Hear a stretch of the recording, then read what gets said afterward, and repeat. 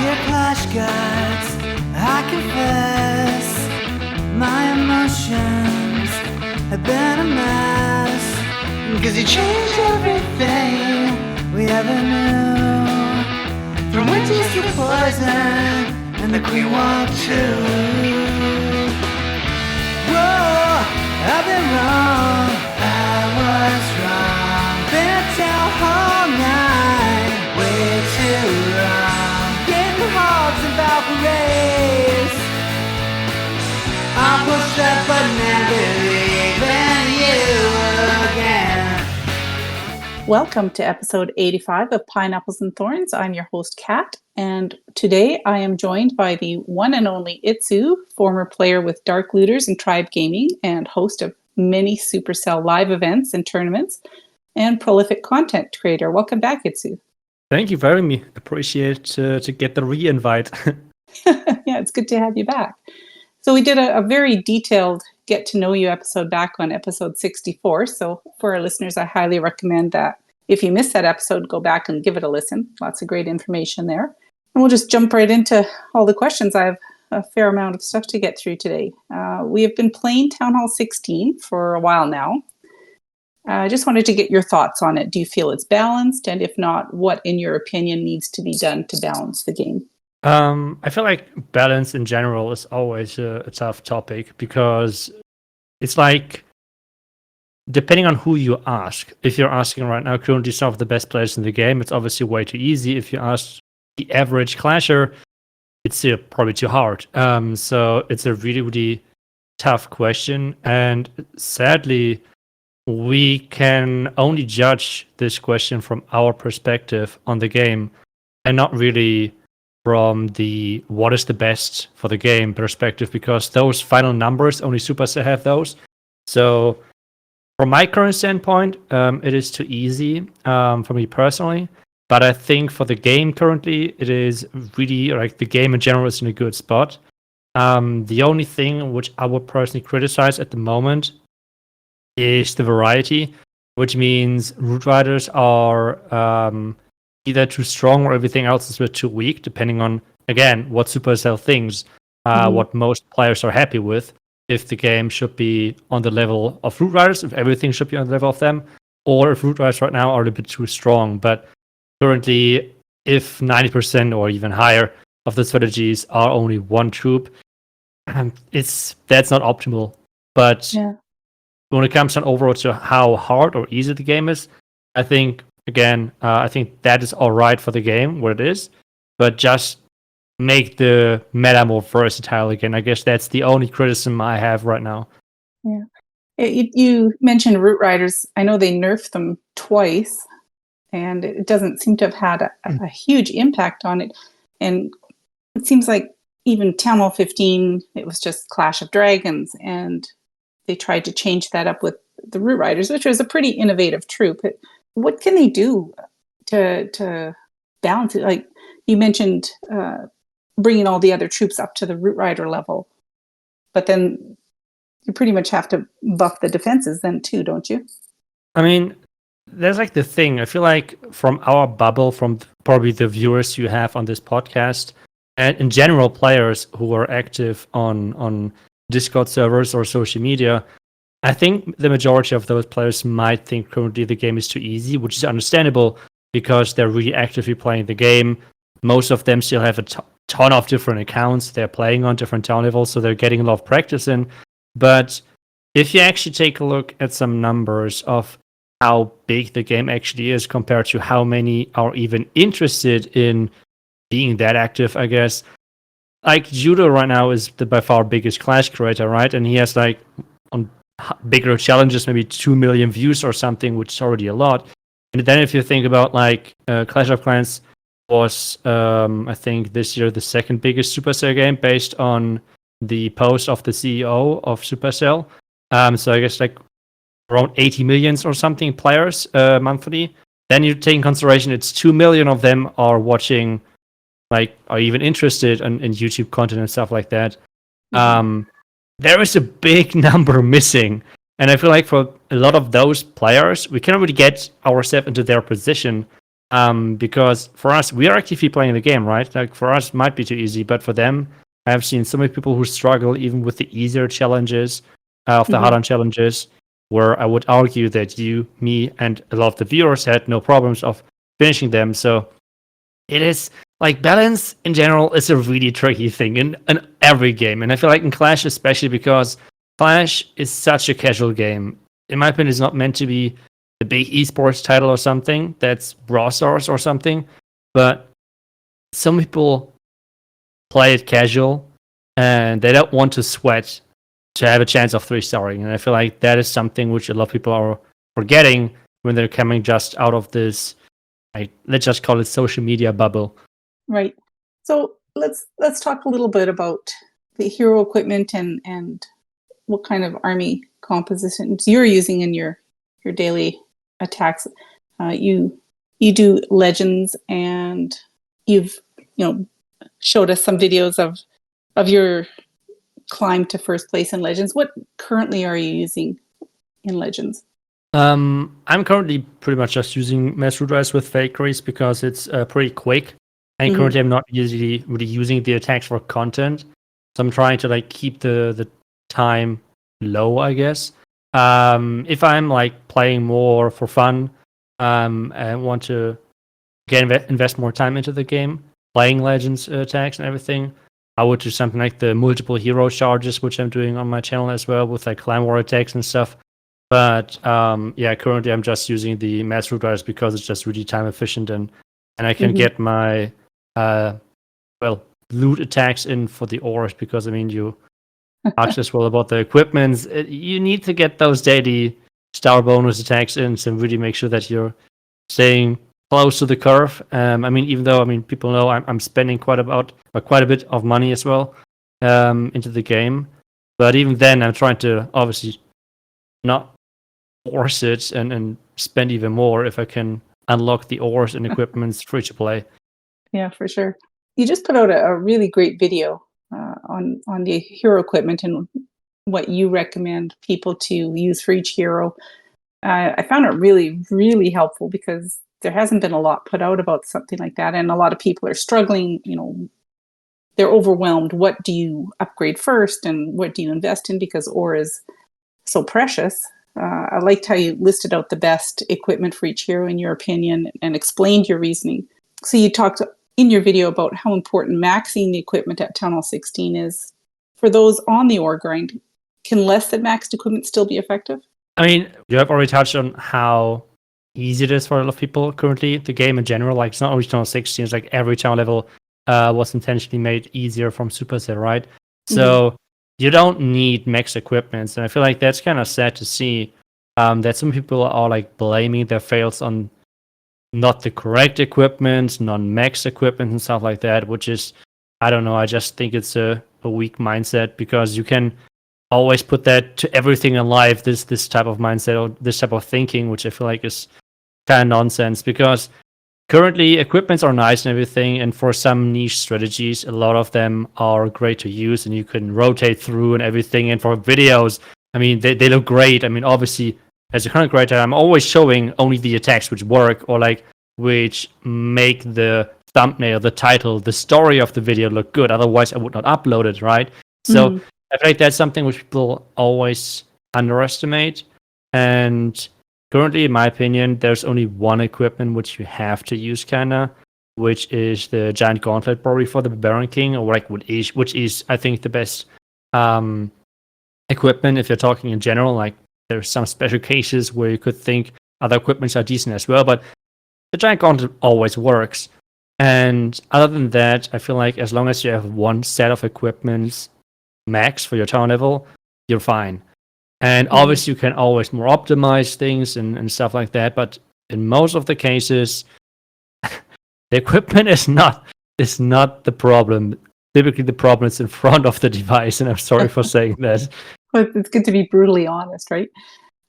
Yeah.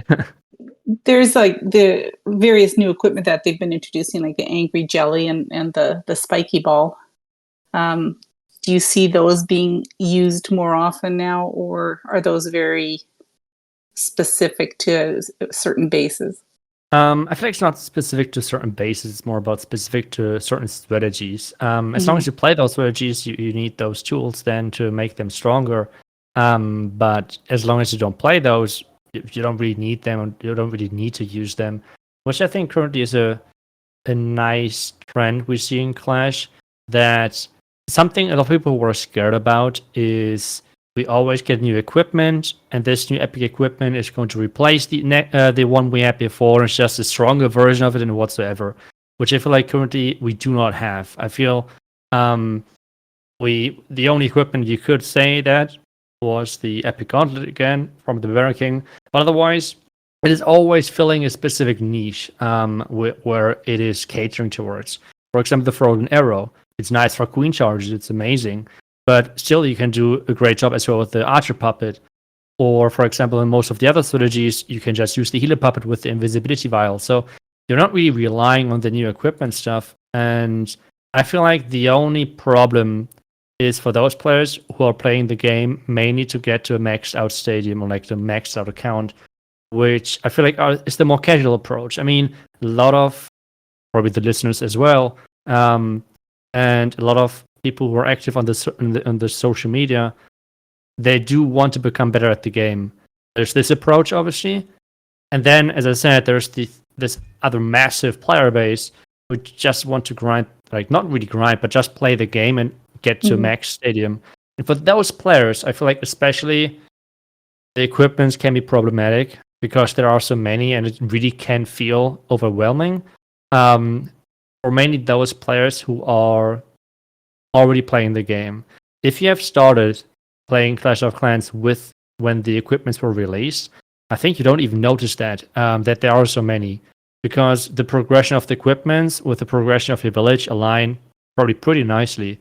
So the problem currently is mostly for those who were already at a 2 digital town level.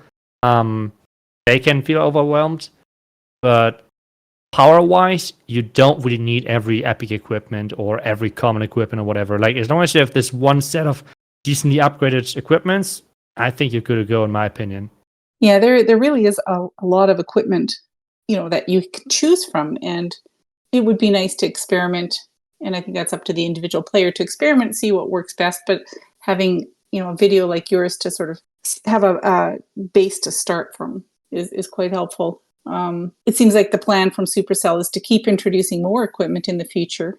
Do you think that's a good idea or bad idea? Is there a max amount of equipment that you feel would be ideal for each hero? I mean, from my perspective, I like having that many equipments because it gives me more versatility as a player, right? Because you can improve every single strategy depending on your equipment and stuff like that. But I can totally see the point that, especially the category of trying to like max out everything in your village, equipment's included, those type of players could struggle.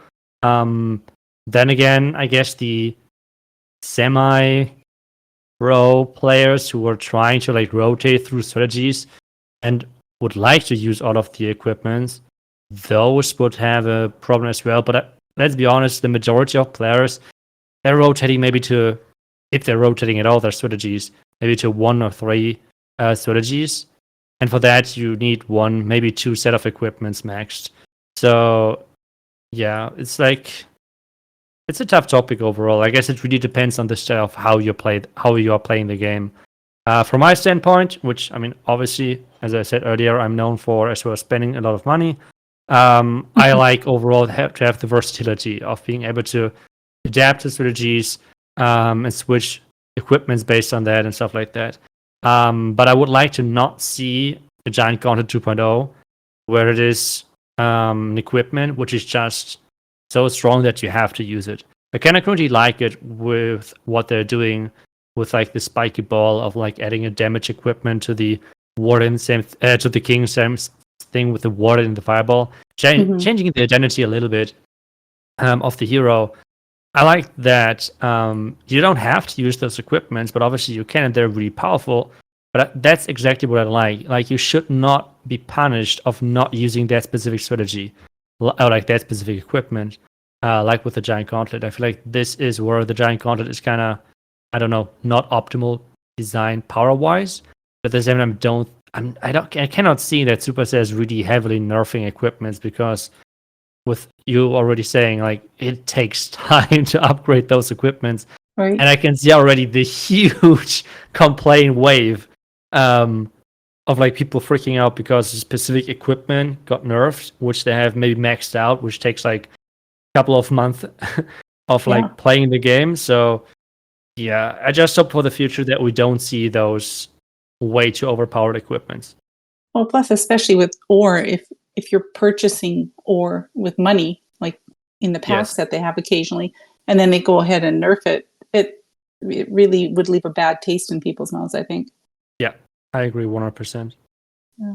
So let's touch briefly on some of the quality of life improvements that they gave us in game. The ability to tag, the war survey form. Do you think those are any good? I haven't noticed like a lot of people using them.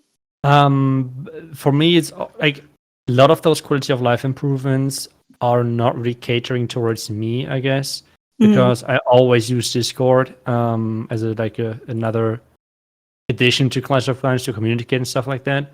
So we have not really used those tools. But I feel like, again, talking about the more casual players, and maybe some people are getting excited now, but I think a lot of the viewers have to understand, when I'm saying casuals, I don't mean them. Just the fact that they're listening to your podcast, in my eyes, already excludes them from being a casual. Most likely, they are closer of becoming the next world champion than actually being a casual, a real casual. So I'm happy to give you this this confidence, hopefully, to all of the viewers that they're getting closer to becoming the next world champion. But like, with all seriousness, with saying a casual, I really mean playing in a really, really casual way. Maybe logging in once, maybe twice a day or something.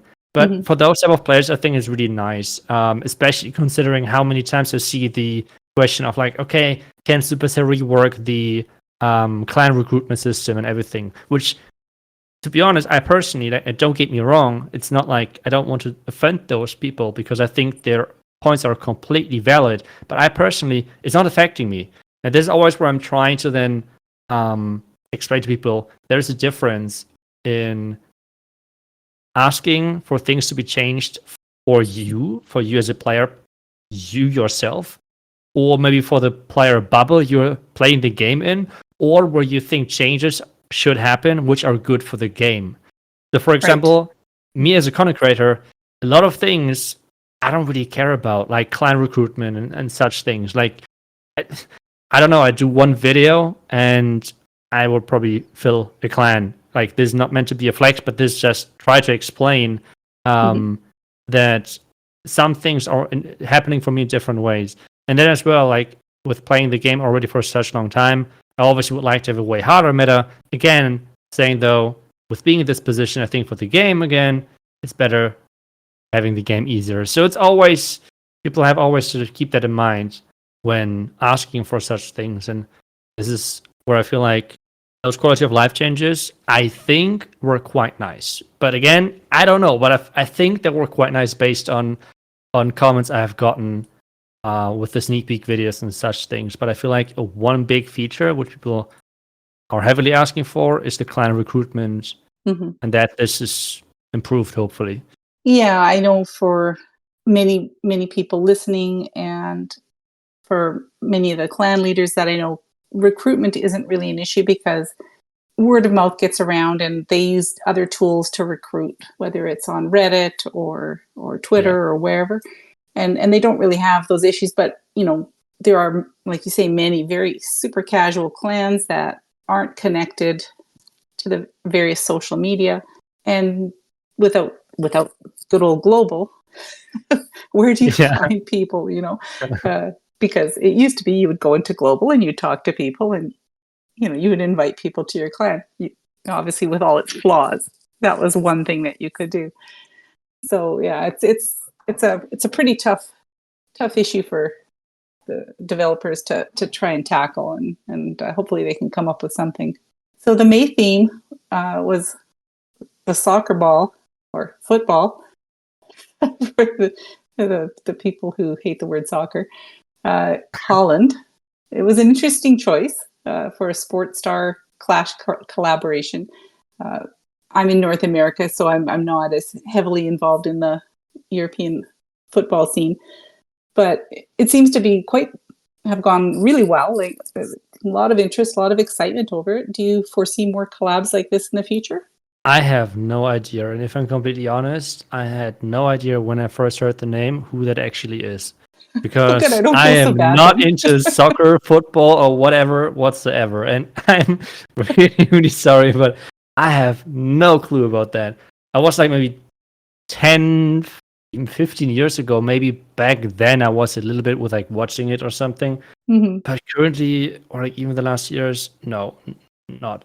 But overall, I feel like collabs, why not? I mean, if they're healthy for the game, go for it. Again, we can only speculate if the collab was helping the game, and obviously there always has to be like with how much it costs, was it worth it with the players Mhm. which were maybe joining the game. But I have no clue about such things, so I feel like for me it's really hard to judge on that. In the end, only Supercell can do that, and sadly, something what Supercell rarely does is they're sharing, not really numbers, which is one of my biggest negative points about Supercell in the Clash space for quite some time, because I feel like there could be so many cool numbers which they could share to explain some reasonings and such things, and obviously not like business wise that they should not spoil anything which they don't have to show or anything like that, but something like some stats the community would like to see. I feel like could be shared or overall put on social media. But yeah, sadly, so for us, I think collabs are cool. I personally have not a big favorite. I guess maybe I don't know, something like big franchise, like I don't know, Star Wars would be pretty cool. Maybe Harry Potter. I don't know. Mhm. Like anything could happen. But overall, hopefully, it was a huge success to the game. Yeah, like I said, it seemed to go over really well with the community. My clan has a large international base, and they seemed quite excited about it. Although I was kind of clueless, like you say, about who he Mm. was. So, um, Supercell also announced an update to their fair play policy recently. They're going to start running regular ban waves again to target, I guess, bot accounts. Mhm. It's always welcome news to those of us who play the game fairly, but I was kind of surprised that because many people had assumed that they'd weeded most of this out a long time ago. Apparently not. What are your thoughts on this? Yeah, I mean, whenever there are ban waves, and doesn't matter if it's bots or people are getting banned for cheating or whatever, I always think it's something good, right? Mhm. But uh, obviously, there's a lot of work behind that as well. So I guess that's why Supercell has not have not done it that regularly before. It will be my speculation. I don't know. But I just could think that it would take quite some time to check a lot of accounts, even with algorithm checking for you. But otherwise, yeah. I mean, again, when I think it was last year in maybe August or something, or like a little bit later than that, that's where I started to like upgrade another account of mine. And I found pretty much on every second search, which was back in, it was like Gold League or something, was always the same clan, and there were always those bot bases and everything, Mhm. which was always kind of confusing. Let's put it that way. So yeah, seeing them or those accounts getting banned is just for sure a good thing. Yeah, definitely. I could never understand why anybody bothered to try and cheat on this game. It just seems so silly. Yeah. Uh, let's talk a little bit about clan games. Do you think it's just time to get rid of clan games? The reason I ask is there's so much going on in game, and people that I've spoken to seem really overwhelmed.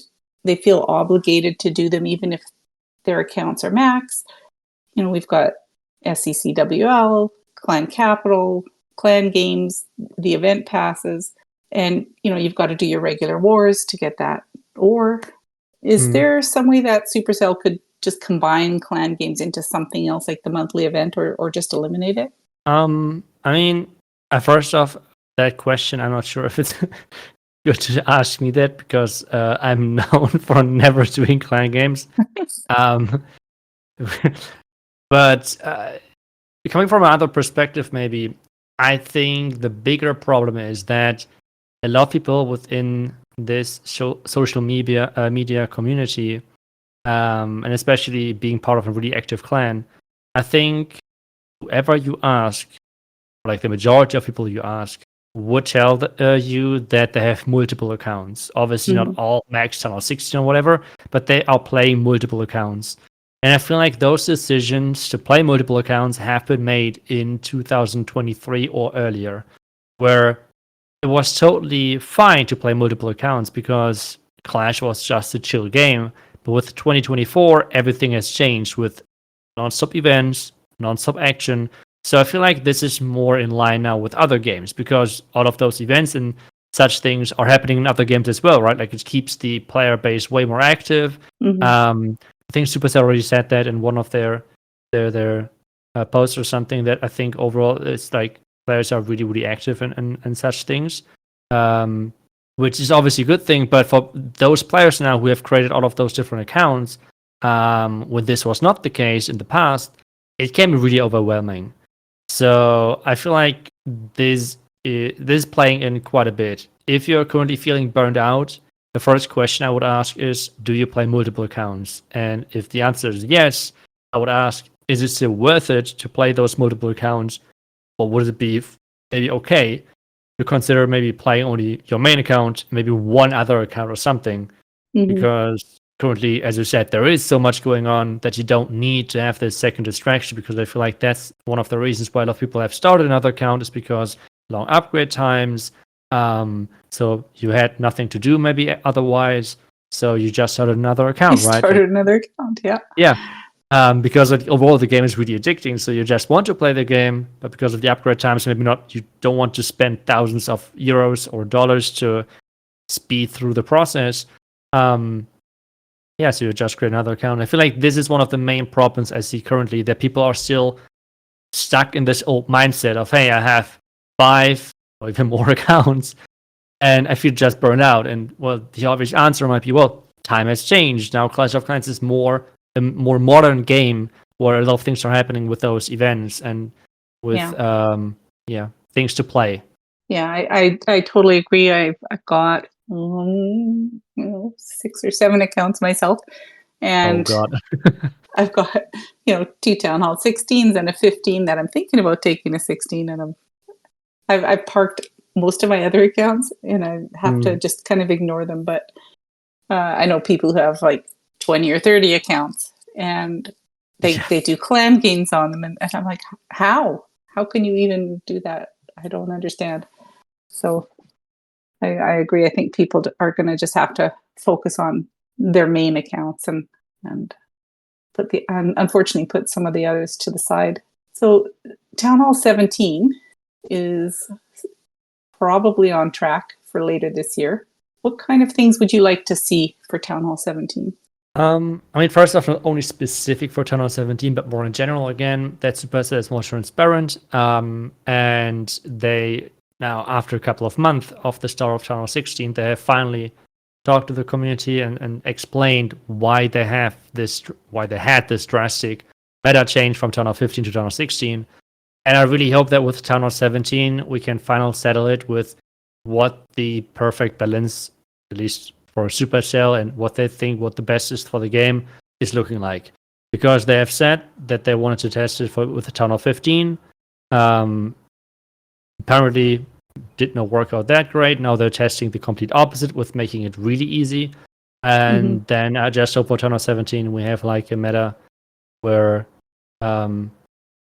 can know what is going on, and that Supercell is communicating that properly and not like leaving the community in the dark again. That would be the first thing, because I can totally see that we will have this current meta until Town Hall 17, because they said already they want to give this meta test, I just call it that way, a proper time to really see how the community reacts, and what the player base is looking like before everything. Otherwise, for Town Hall 17, I would love to see more heroes, which might sound strange, but I just think it would be would be a perfect solution for the biggest problem currently in the game, in my opinion. And that is that you cannot use heroes which are upgrading. And at the same time, I don't think that Supercell can change that easily because it is just based on their Q&A, I think it was, such a big revenue income. They cannot just remove that. But if they would keep adding heroes, they already said that there will be more heroes eventually, but most likely will be only 4 heroes which you can use. So if you're adding more heroes, let's say at some point we have like 8 heroes or something, but you can only use 4 heroes, you can have 4 heroes upgrading nonstop while not suffering on offense. You have still your offensive power. And I feel like that is something which would be such a massive quality of life improvement for free to play, for players in general, I guess. Because even if I would gem my heroes, other people can keep upgrading 4 heroes and they still have 4 heroes for offense, right? And this to me would be a massive thing, and that's why I'm just hoping for more heroes in the future. That would probably mean more equipment as well. But as I already said earlier, in my opinion, for the majority of player base, they need to understand, I think, that having one set or even 2, or maybe even 3 over like 1 year or something, but having a limited amount of equipment maxed out, not everything, is totally fine. And over time, they will get towards being maxed out again as well in the equipment category. But yeah, that's my personal wish for Tournament 17. More heroes, and obviously, as always, better communication from Supercell. Those are great wishes. I think the idea of more heroes is really interesting, and especially if you're limited to using 4 and you have to swap them in, that really opens the door for some real creativity, I think, in attack. Yeah, So. I think overall you have a lot of different options of like choosing different heroes, but I feel at the same time, obviously, at some point you're somewhat limited, especially like you have different heroes which are doing different things, you have different equipment which are changing those heroes, so there's going to be crazy flexibility, which I like a lot personally. Yeah. So Supercell did a quiet revamp to the Supercell store recently. It seems like a nice option for people to purchase things like gold passes and event passes from multiple accounts, even though they shouldn't probably be playing multiple accounts. Do you think this is a good move for them? It seems like they're trying to move away from people perhaps buying things in game and instead giving you some rewards. There's a reward track depending on how many things you purchase, and you accrue points, and then you get little free rewards along the way. What do you think about that? Yeah, I mean, I like the Supercell store quite a bit. The Supercell store was already alive for quite some time, for a couple of years actually, and they just now reworked it. And before that, it was quite nice as well because you were able to like add, I think it was a 10% discount on all of the different items, but you were not able to buy in-game offers and such things. So there were a lot of quality of life improvements. There's still obviously like the debate between, hey, I like the 10% discount more. Some people say, hey, I like it better that you have now the reward track, and on top of that, you have now really crazy good offers on the store website. I personally like that, like the new option better, just for the main reason that for those people who are spending money anyways, it is now cheaper with the offers which are in there and then the reward track and everything. So for this category of players, it is better. For players who maybe just bought the gold pass, it might be not as efficient anymore. So yeah, in the end, you cannot please everyone, I guess. So yeah, but overall, I like the changes personally. Yeah. Do you think that they'll ever reintroduce merchandise into the store? I know years ago when they first launched the Supercell store, they did have some merchandise available that people could buy, and then they removed that. And there's always been this clamoring from people. You know, they want to buy the things that they see the content creators giving away. Do you think Supercell will ever reintroduce merchandise? I have no idea. I don't know I'm not even sure the exact reason why it was removed. Was it because of too much workflow or something? I don't know, but Yeah. I guess if it's business-wise a good decision at some point, maybe it's going to come back. Otherwise, doubt. I don't know. I'm not really in that topic, to be honest. Fair enough. You've been covering competitive Clash of Clans for a long time. Do you still enjoy that side of being a content creator? Of covering esports matches, you mean? Yeah. Or Yeah. The more I mean, competitive side, yeah. yeah, I mean, currently with the competitive scene, you have to say the competitive scene currently is not in the best spot with the meta and everything. So I really hope that we'll get some type of pro mode or something at some point to give the best players in the world a challenge again. So yeah, I'm not really covering that many esports matches currently. It's more about like I'm doing more creative attacks and more, let's call it realistic attacks for players which are playing the game normally, not really in the esports setting. So I'm doing more regular clan wars and covering those because I feel like with covering so many pro matches, you kind of forget that, well, even in regular wars with having 2 attacks, not every clan is getting a perfect war. So yeah, kind of trying to focus more on that and showing more the realistic side of Clash, I guess. Yeah, it's actually kind of nice to see people doing that because there are people that want to watch and learn. Can you walk us through like your typical thought process on how you decide what to make a video about? Typically, I'm starting with like how a video or a title could look like. For example, with the all damage equipments, and then I thought, okay, what could be the storyline for the video and such things. That is typically always the first approach. But with doing daily videos and then on 2 different channels, I obviously have as well video days in there, which I'm then more throwing in there because I have to upload a video and I want to keep the daily videos happening. But otherwise, having the ideas of a video, like the all damage equipment, I think, is already like evolving for quite some time and takes time as well. It's for, okay, I want to set it up this way, I want to do it that way, and then I need to make sure that I'm actually executing the attacks properly, because if I have a video idea and I just fail in the video, that's not really working. So yeah, take some time. And do fans send you a lot of suggestions, or is it just something that you've the devs have put out there that new stuff coming, you guys can make videos about? Or completely different. Obviously, when there are sneak peeks and such things, I'm trying to think of cool ways of how to cover them. But if a viewer has a cool idea, or like if there's a lot of questions from people in the comments, like let's say after one sneak peek, there's half the comments asking one specific question, then I'm just doing a video about that question with that question as a headline for the next video. So yeah, it's like a mix between a lot of different things. Nice. So if you run into issues in the game, do you feel like you can approach the developers on that, and do you feel that they're listening to you? I would say a lot of times they're listening to the community and to the content creators in general really nicely. And yeah, I would say they're doing a pretty good job on that. Awesome. Are you watching any of the world qualifiers this weekend? I am not sure yet if I have the time for that, but if I will have some time in between, then yes. Yeah. Do you think the current system for the qualifiers is working well? And is there anything that you'd like to see changed or improved? Oh, that's a tough question because I'm not really like too deep into that system currently. With like not playing, it's like you don't really read the entire rulebook, right? But I don't think I have too many negative things. Let's put it that way. So I think it's okay. Fair enough.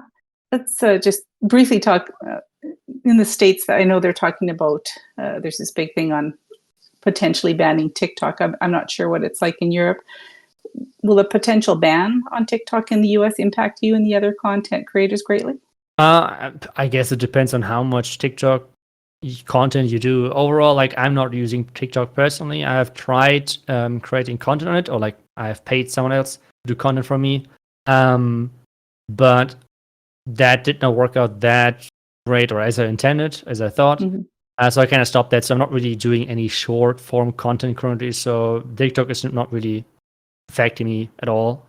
So what platform do you prefer to make content on and why? I mean, there's a difference between what I like to create content around or like on which platform and what is the best decision business-wise. I mean, I'm doing it on YouTube because that's the best decision business-wise. But I like streaming as well because you get this live feedback of the viewer. You can react to live questions and such things. I like the interaction in a lot in general. But again, like you don't really make that much money there to then justify that you're putting the time in streaming. So it's a really tricky thing. And because I'm not turning the streams I do into YouTube videos, or not at least every stream, that's why I'm currently not streaming that often, or not really at all. Fair enough. We're at the end of the show now. Do you have any shout outs? Well, shout outs to all of the players, listeners who are playing the game, listening to your podcast, and otherwise, thank you as well again for letting me join you here. Awesome. Thank you. I'm going to shout you out for joining me again on the pod. I really appreciate it. Thank you. And I'm going to shout out my teammates on Clash Files Pulsar. We were playing in the open qualifiers last week and didn't quite make it, but we'll be back next month. Nice. And thank you everyone for listening. The CFF is a family of clans who love to play various games such as Clash of Clans, Clash Royale, and others. You can send questions or comments to us on Twitter at RedthornCOC. To get more information on our clans, events, and podcasts, join the CFF Discord at discord.gg/clashfiles. Dear Clash Gods, I confess my emotions have been a mess. Cause you changed everything we ever knew. From witches to poison and the Queen walked too. Whoa, I've been wrong, I was wrong. Been at town all night, way too long. Getting hogs and Valkyries. I'll push that button and